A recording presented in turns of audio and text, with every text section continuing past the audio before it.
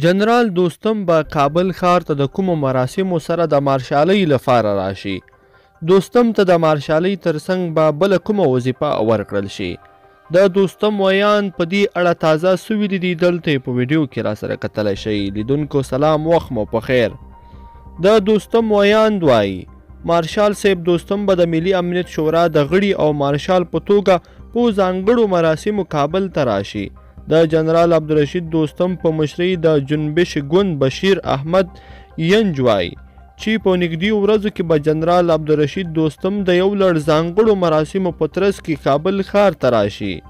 د بشیر ینج په وینا چې مارشال دوستم به د ملي امنیت شورا د غړي او د هیواد د مارشال په توګه کابل ته راځي چې ځانګړي مراسم به هم ورته نیول کیږي.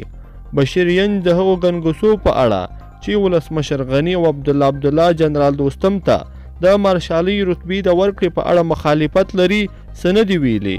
ځینو سرچینو تېره ورځ رسنیو ته ویلي وو چې ولسمشر غني غواړي جنرال دوستم ته افتخاري مارشالي ورکړي، خو په خپله جنرال دوستم او ډاکټر عبدالله د مارشالۍ رتبې سره د افتخاري کلمې مخالفت کوي.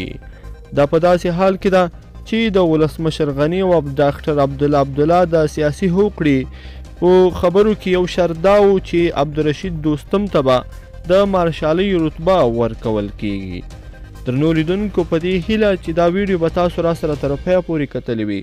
که دا ویډیو مو خوښه شوې ویډیو لایک کړئ او زموږ د یوټیوب چینل هم در سره ضرور سبسکرایب کړئ. تر بلې ویډیو پورې ښه وخت. د لوی الله په امان.